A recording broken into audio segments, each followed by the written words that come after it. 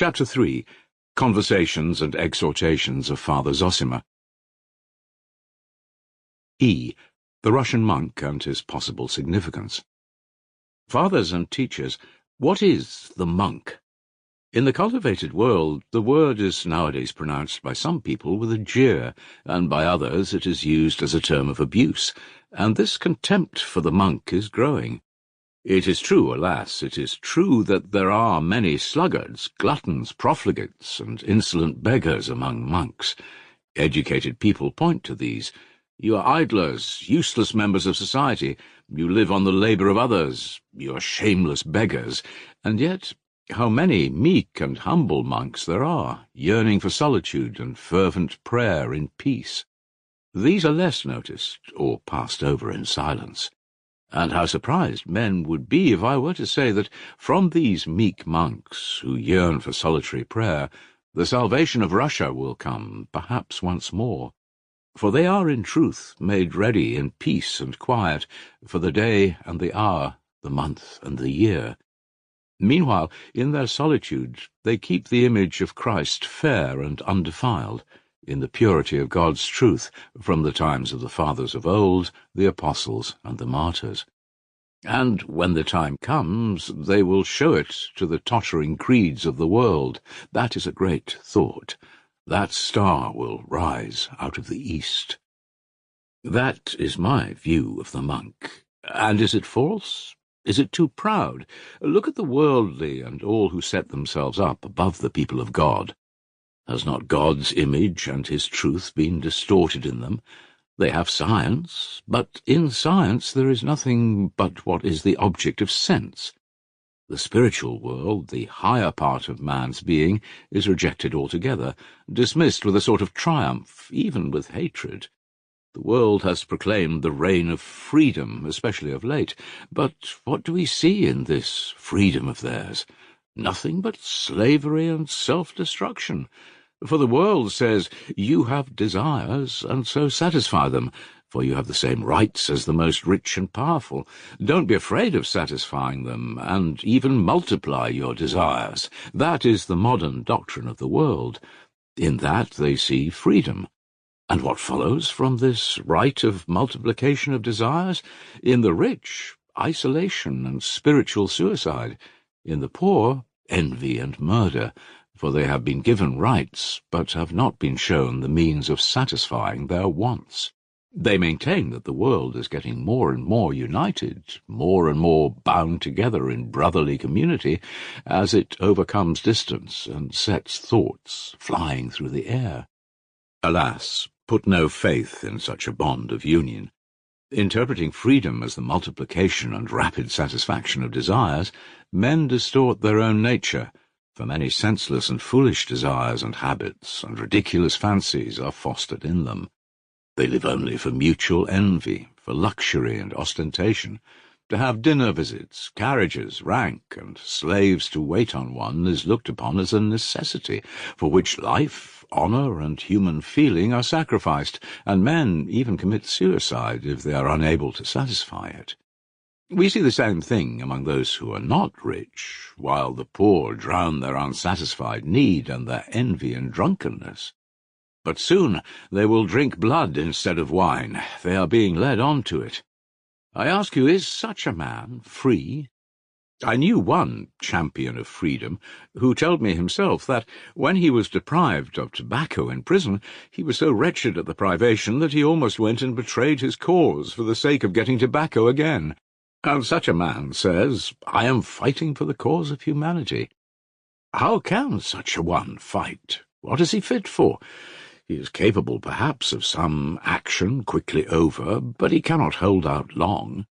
And it's no wonder that instead of gaining freedom, they have sunk into slavery, and instead of serving the cause of brotherly love and the union of humanity, have fallen, on the contrary, into dissension and isolation, as my mysterious visitor and teacher said to me in my youth.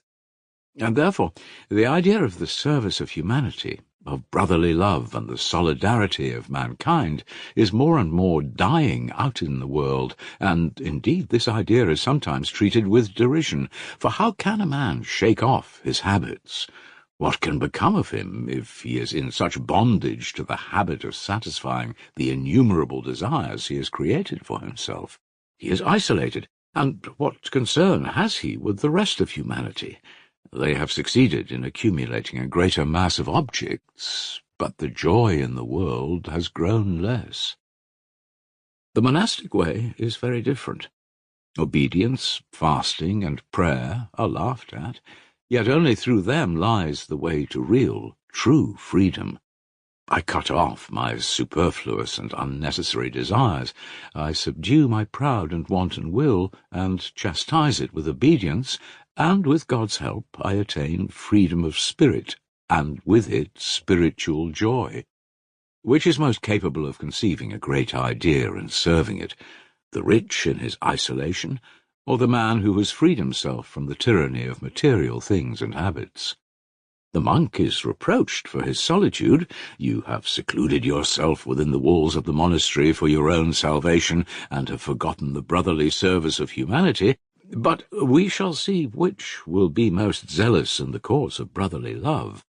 For it is not we, but they, who are in isolation, though they don't see that. Of old, leaders of the people came from among us, and why should they not again? The same meek and humble ascetics will rise up and go out to work for the great cause.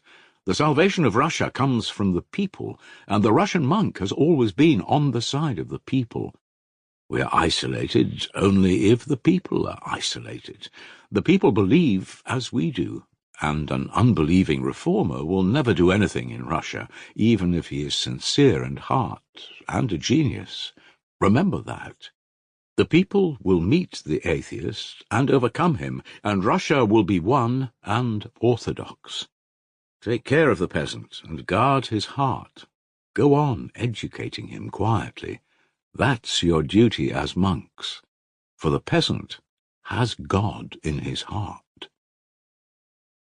F. Of masters and servants, and of whether it is possible for them to be brothers in the spirit. Of course, I don't deny that there is sin in the peasants, too, and the fire of corruption is spreading visibly, hourly, working from above downwards. The spirit of isolation is coming upon the people, too. Moneylenders and devourers of the commune are rising up. Already the merchant grows more and more eager for rank, and strives to show himself cultured, though he is not a trace of culture, and to this end meanly despises his old traditions, and is even ashamed of the faith of his fathers. He visits princes, though he is only a peasant, corrupted. The peasants are rotting in drunkenness and cannot shake off the habit, and what cruelty to their wives, to their children even. All from drunkenness. I've seen in the factories children of 9 years old, frail, rickety, bent, and already depraved, the stuffy workshop, the din of machinery, work all day long, the vile language, and the drink. The drink. Is that what a little child's heart needs? He needs sunshine, childish play, good examples all about him, and at least a little love. There must be no more of this, monks, no more torturing of children. Rise up and preach that. Make haste, make haste. But God will save Russia. For though the peasants are corrupted and cannot renounce their filthy sin, yet they know it is cursed by God, and that they do wrong in sinning, so that our people still believe in righteousness, have faith in God, and weep tears of devotion. It is different with the upper classes. They, following science, want to base justice on reason alone, but not with Christ as before, and they have already proclaimed that there is no crime, that there is no sin, and that's consistent, for if you have no God, what is the meaning of crime? In Europe, the people are already rising up against the rich with violence, and the leaders of the people are everywhere leading them to bloodshed and teaching them that their wrath is righteous. But their wrath is accursed, for it is cruel. But God will save Russia, as he has saved her many times. Salvation will come from the people, from their faith and their meekness.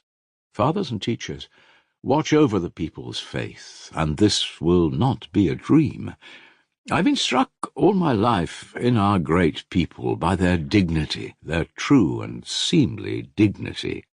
I've seen it myself, I can testify to it. I've seen it and marvelled at it. I've seen it in spite of the degraded sins and poverty-stricken appearance of our peasantry. They are not servile, and even after 2 centuries of serfdom they are free in manner and bearing, yet without insolence, and not revengeful, and not envious. You are rich and noble, you are clever and talented. Well, be so, God bless you. I respect you, but I know that I, too, am a man. By the very fact that I respect you without envy, I prove my dignity as a man. In truth, if they don't say this, for they don't know how to say it yet, that is how they act. I have seen it myself, I have known it myself, and, would you believe it, the poorer our Russian peasant is, the more noticeable is that serene goodness, for the rich among them are, for the most part, corrupted already, and much of that is due to our carelessness and indifference. But God will save his people, for Russia is great in her humility. I dream of seeing, and seem to see clearly already, our future. It will come to pass that even the most corrupt of our rich will end by being ashamed of his riches before the poor, and the poor, seeing his humility, will understand and give way before him, will respond joyfully and kindly to his honourable shame. Believe me that it will end in that. Things are moving to that. Equality is to be found only in the spiritual dignity of man, and that will only be understood among us. If we were brothers, there would be fraternity, but before that they will never agree about the division of wealth. We preserve the image of Christ, and it will shine forth like a precious diamond to the whole world. So may it be. So may it be. Fathers and teachers, a touching incident befell me once. In my wanderings I met in the town of K my old orderly, Afanasy. It was 8 years since I had parted from him. He chanced to see me in the marketplace, recognized me, ran up to me, and how delighted he was. He simply pounced on me. "Master dear, is it you? Is it really you I see?" He took me home with him.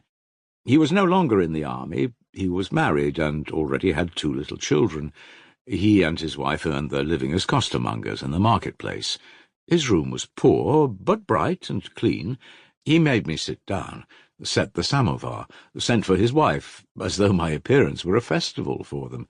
He brought me his children. "Bless them, father." "Is it for me to bless them?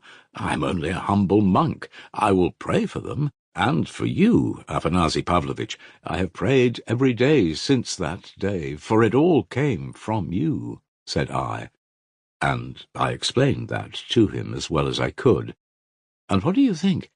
The man kept gazing at me and could not believe that I, his former master, an officer, was now before him in such a guise and position. It made him shed tears. "Why are you weeping?" said I. "Better rejoice over me, dear friend, whom I can never forget, for my path is a glad and joyful one." He did not say much, but kept sighing and shaking his head over me tenderly. "What has become of your fortune?" he asked. "I gave it to the monastery," I answered. "We live in common." After tea I began saying good-bye, and suddenly he brought out 1/2 rouble as an offering to the monastery, and another 1/2 rouble I saw him thrusting hurriedly into my hand. "That's for you in your wanderings. It may be of use to you, father." I took his 1/2 rouble, bowed to him and his wife, and went out rejoicing. And on my way I thought, here we are both now, he at home and I on the road, sighing and shaking our heads, no doubt, and yet smiling joyfully in the gladness of our hearts, remembering how God brought about our meeting. I have never seen him again since then. I had been his master, and he my servant, but now, when we exchanged a loving kiss with softened hearts, there was a great human bond between us. I have thought a great deal about that. And now what I think is this. Is it so inconceivable that that grand and simple-hearted unity might in due time become universal among the Russian people? I believe that it will come to pass, and that the time is at hand. And of servants, I will add this. In old days when I was young, I was often angry with servants. The cook had served something too hot. The orderly had not brushed my clothes. But what taught me better then was a thought of my dear brother's, which I'd heard from him in childhood. Am I worth it that another should serve me and be ordered about by me in his poverty and ignorance?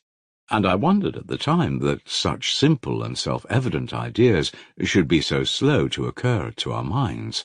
It is impossible that there should be no servants in the world, but act so that your servant may be freer in spirit than if he were not a servant. And why cannot I be a servant to my servant, and even let him see it, and that without any pride on my part or any mistrust on his?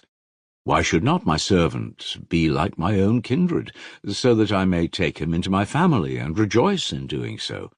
Even now this can be done, but it will lead to the grand unity of men in the future, when a man will not seek servants for himself, or desire to turn his fellow creatures into servants as he does now, but, on the contrary, will long with his whole heart to be the servant of all, as the Gospel teaches.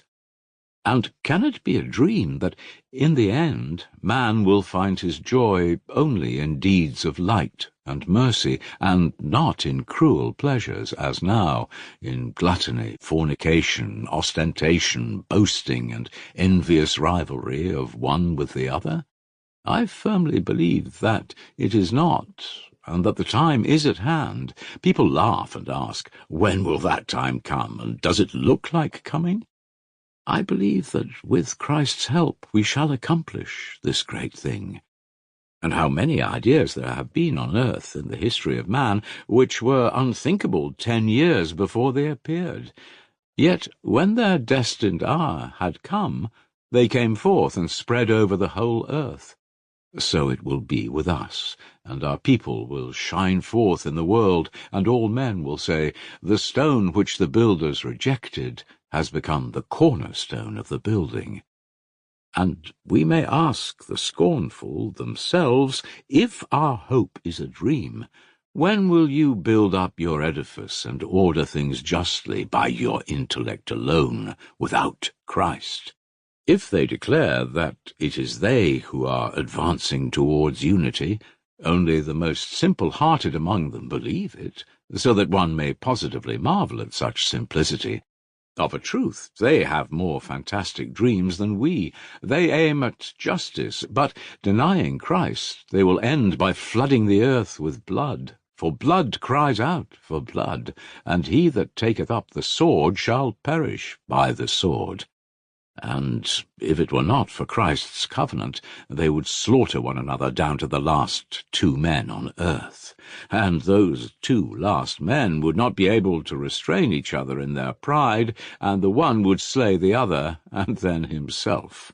And that would come to pass, were it not for the promise of Christ, that for the sake of the humble and meek the days shall be shortened. While I was still wearing an officer's uniform, after my duel, I talked about servants in general society, and I remember everyone was amazed at me. "What?" they asked. "Are we to make our servants sit down on the sofa and offer them tea?" And I answered them, "Why not? Sometimes, at least." Everyone laughed. Their question was frivolous, and my answer was not clear, but the thought in it was, to some extent, right. G. Of prayer, of love, and of contact with other worlds. Young man, be not forgetful of prayer. Every time you pray, if your prayer is sincere, there will be new feeling and new meaning in it, which will give you fresh courage, and you will understand that prayer is an education. Remember, too, every day, and whenever you can, repeat to yourself, "Lord, have mercy on all who appear before thee today." For every hour and every moment thousands of men leave life on this earth, and their souls appear before God. And how many of them depart in solitude, unknown, sad, dejected, that no one mourns for them, or even knows whether they have lived or not. And behold, from the other end of the earth, perhaps, your prayer for their rest will rise up to God, though you knew them not, nor they you.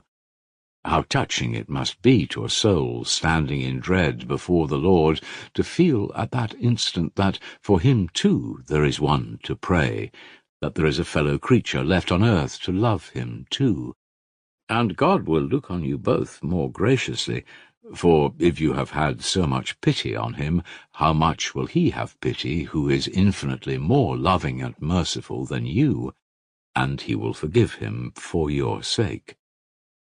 Brothers, have no fear of men's sin. Love a man even in his sin, for that is the semblance of divine love, and is the highest love on earth. Love all God's creation, the whole and every grain of sand in it. Love every leaf, every ray of God's light. Love the animals, love the plants, love everything. If you love everything, you will perceive the divine mystery in things.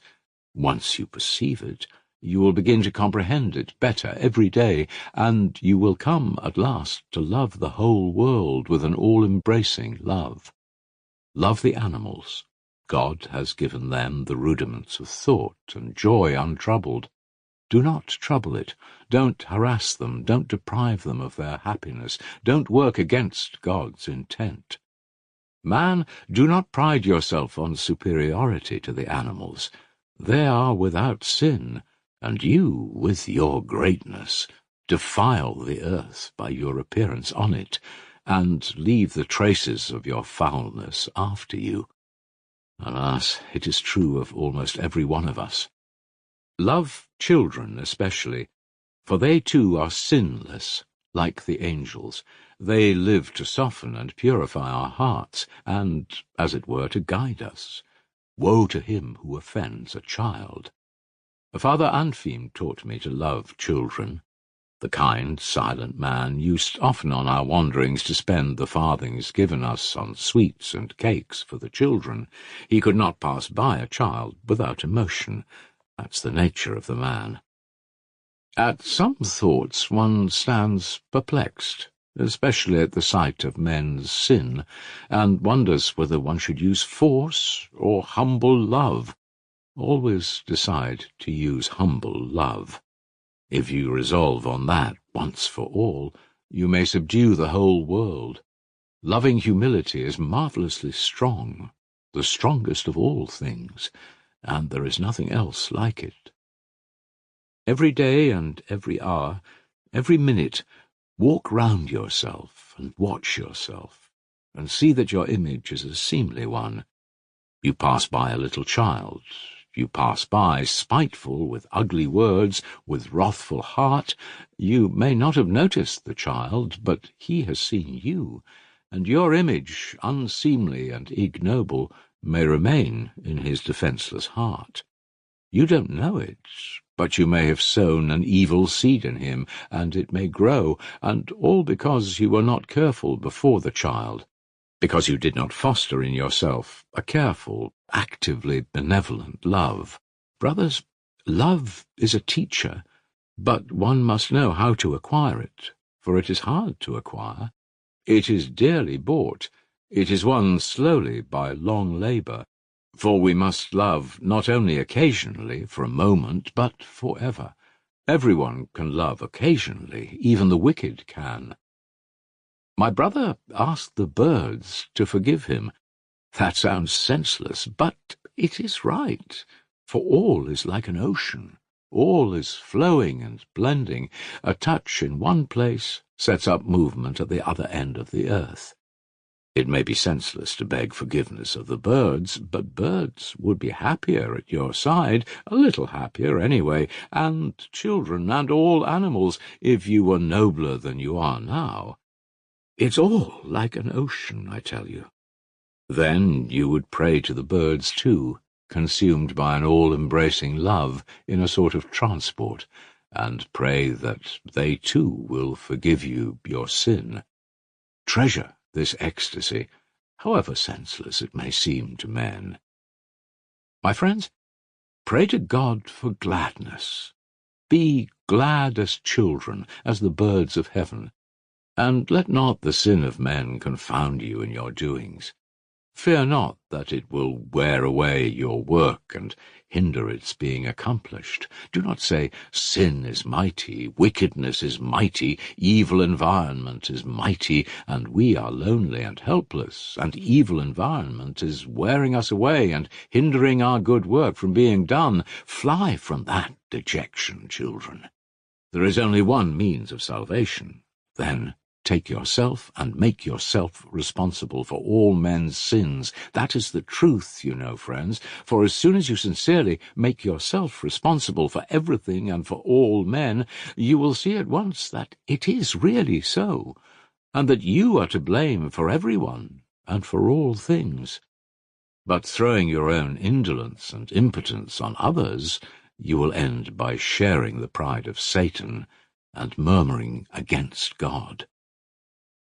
Of the pride of Satan, what I think is this: it is hard for us on earth to comprehend it, and therefore it is so easy to fall into error and to share it, even imagining that we are doing something grand and fine.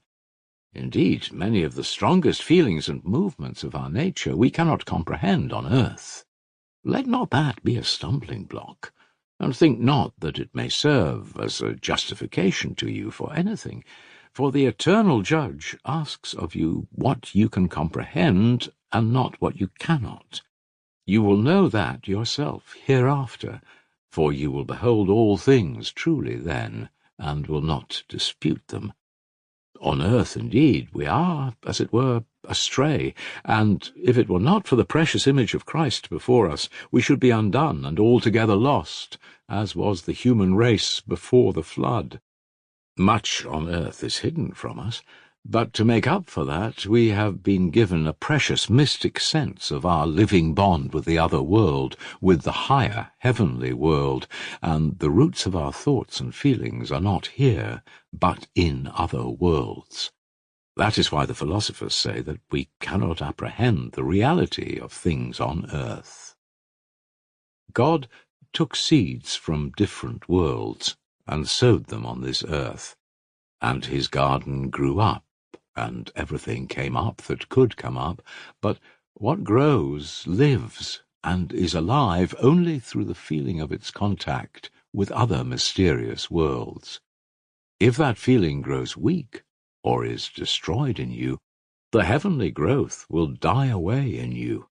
Then you will be indifferent to life, and even grow to hate it. That's what I think. H. Can a man judge his fellow creatures? Faith to the end. Remember particularly that you cannot be a judge of anyone, for no one can judge a criminal until he recognizes that he is just such a criminal as the man standing before him, and that he perhaps is more than all men to blame for that crime. When he understands that, he will be able to be a judge. Though that sounds absurd, it is true. If I had been righteous myself, perhaps there would have been no criminal standing before me. If you can take upon yourself the crime of the criminal your heart is judging, take it at once, suffer for him yourself, and let him go without reproach. And even if the law itself makes you his judge, act in the same spirit so far as possible, for he will go away and condemn himself more bitterly than you have done. If, after your kiss, he goes away untouched, mocking at you, do not let that be a stumbling block to you. It shows his time has not yet come, but it will come in due course, and if it come not, no matter. If not he, then another in his place will understand and suffer, and judge and condemn himself, and the truth will be fulfilled. Believe that. Believe it without doubt, for in that lies all the hope and faith of the saints. Work without ceasing. If you remember in the night, as you go to sleep, I have not done what I ought to have done, rise up at once and do it. If the people around you are spiteful and callous and will not hear you, fall down before them and beg their forgiveness, for in truth you are to blame for their not wanting to hear you. And if you cannot speak to them in their bitterness, serve them in silence and in humility, never losing hope. If all men abandon you and even drive you away by force, then, when you are left alone, fall on the earth and kiss it, water it with your tears, and it will bring forth fruit, even though no one has seen or heard you in your solitude. Believe to the end. Even if all men went astray and you were left the only one faithful, bring your offering even then, and praise God in your loneliness. And if 2 of you are gathered together, then there is a whole world, a world of living love. Embrace each other tenderly and praise God, for if only in you too his truth has been fulfilled. If you sin yourself, and grieve even unto death for your sins, or for your sudden sin, then rejoice for others. Rejoice for the righteous man. Rejoice that if you have sinned, he is righteous and has not sinned. If the evil doing of men moves you to indignation and overwhelming distress, even to a desire for vengeance on the evildoers, shun above all things that feeling. Go at once and seek suffering for yourself, as though you were yourself guilty of that wrong. Accept that suffering and bear it, and your heart will find comfort, and you will understand that you too are guilty. For you might have been a light to the evildoers, even as the one man sinless, and you were not a light to them. If you had been a light, you would have lightened the path for others too, and the evildoer might perhaps have been saved by your light from his sin. And even though your light was shining, yet you see men who are not saved by it. Hold firm, and doubt not the power of the heavenly light. Believe that if they were not saved, they will be saved hereafter. And if they are not saved hereafter, then their sons will be saved, for your light will not die, even when you are dead. The righteous man departs, but his light remains. Men are always saved after the death of the deliverer. Men reject their prophets and slay them, but they love their martyrs and honor those whom they have slain. You are working for the whole, are acting for the future. Seek no reward, for great is your reward on this earth, the spiritual joy which is only vouchsafed to the righteous man. Fear not the great nor the mighty, but be wise and ever serene. Know the measure, know the times, study that. When you are left alone, pray. Love to throw yourself on the earth and kiss it. Kiss the earth and love it with an unceasing, consuming love. Love all men, love everything. Seek that rapture and ecstasy. Water the earth with the tears of your joy, and love those tears. Don't be ashamed of that ecstasy. Prize it, for it is a gift of God, and a great one. It is not given to many, but only to the elect. I. Of Hell and Hellfire, a Mystic Reflection. Fathers and teachers, I ponder, what is hell? I maintain that it is the suffering of being unable to love. Once in infinite existence, immeasurable in time and space, a spiritual creature was given on his coming to earth the power of saying, I am and I love. Once, only once, there was given him a moment of active, lifting love, and for that was earthly life given him, and with it times and seasons. And that happy creature rejected the priceless gift, prized it and loved it not, scorned it and remained callous, Such a one, having left the earth, sees Abraham's bosom and talks with Abraham, as we are told in the parable of the rich man and Lazarus, and beholds heaven and can go up to the Lord. But that is just his torment, to rise up to the Lord without ever having loved, to be brought close to those who have loved when he has despised their love. For he sees clearly and says to himself, "Now I have understanding, and though I now thirst to love, there will be nothing great, no sacrifice in my love, for my earthly life is over, and Abraham will not come even with a drop of living water," that is the gift of earthly active life, to cool the fiery thirst of spiritual love which burns in me now, though I despised it on earth. There is no more life for me, and will be no more time. Even though I would gladly give my life for others, it can never be, for that life is past which can be sacrificed for love, and now there is a gulf fixed between that life and this existence. They talk of hell fire in the material sense. I don't go into that mystery, and I shun it, but I think if there were fire in material sense, they would be glad of it, for I imagine that in material agony their still greater spiritual agony would be forgotten for a moment. Moreover, that spiritual agony cannot be taken from them, for that suffering is not external, but within them. And if it could be taken from them, I think it would be bitterer still for the unhappy creatures, for even if the righteous in paradise forgave them, beholding their torments, and called them up to heaven in their infinite love, they would only multiply their torments, for they would arouse in them still more keenly a flaming thirst for responsive, active, and grateful love, which is now impossible. In the timidity of my heart, I imagine, however, that the very recognition of this impossibility would serve at last to console them. For accepting the love of the righteous, together with the impossibility of repaying it, by this submissiveness and the effect of this humility, they will attain at last, as it were, to a certain semblance of that active love which they scorned in life, to something like its outward expression. I am sorry, friends and brothers, that I cannot express this clearly, but woe to those who have slain themselves on earth, woe to the suicides! I believe that there can be none more miserable than they. They tell us that it is a sin to pray for them, and outwardly the Church, as it were, renounces them, but in my secret heart I believe that we may pray even for them. Love can never be an offence to Christ.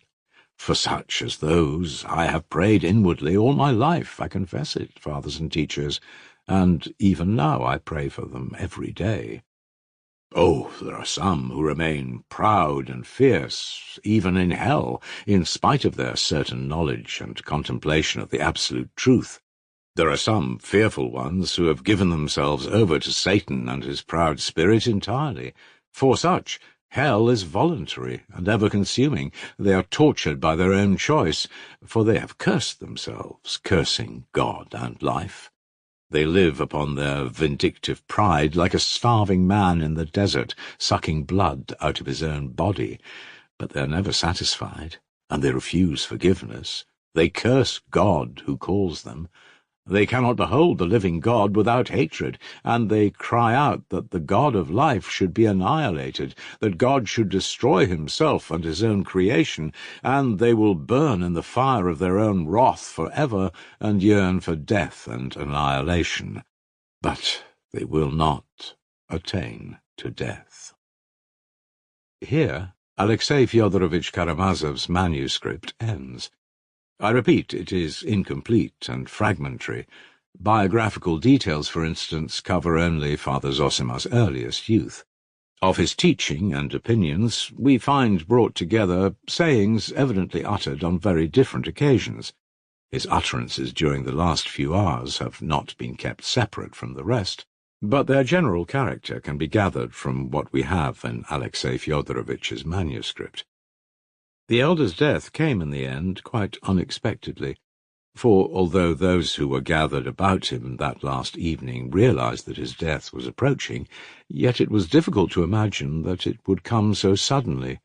On the contrary, his friends, as I observed already, seeing him that night apparently so cheerful and talkative, were convinced that there was at least a temporary change for the better in his condition. Even 5 minutes before his death, they said afterwards wonderingly, it was impossible to foresee it. He seemed suddenly to feel an acute pain in his chest. He turned pale and pressed his hands to his heart. All rose from their seats and hastened to him. But though suffering, he still looked at them with a smile, sank slowly from his chair onto his knees, then bowed his face to the ground, stretched out his arms, and, as though in joyful ecstasy, praying and kissing the ground, quietly and joyfully gave up his soul to God. The news of his death spread at once through the hermitage and reached the monastery. The nearest friends of the deceased, and those whose duty it was, from their position, began to lay out the corpse according to the ancient ritual, and all the monks gathered together in the church. And before dawn the news of the death reached the town. By the morning all the town was talking of the event, and crowds were flocking from the town to the monastery. But this subject will be treated in the next book. I will only add here that before a day had passed, something happened so unexpected, so strange, upsetting, and bewildering in its effect on the monks and the townspeople, that after all these years, that day of general suspense is still vividly remembered in the town.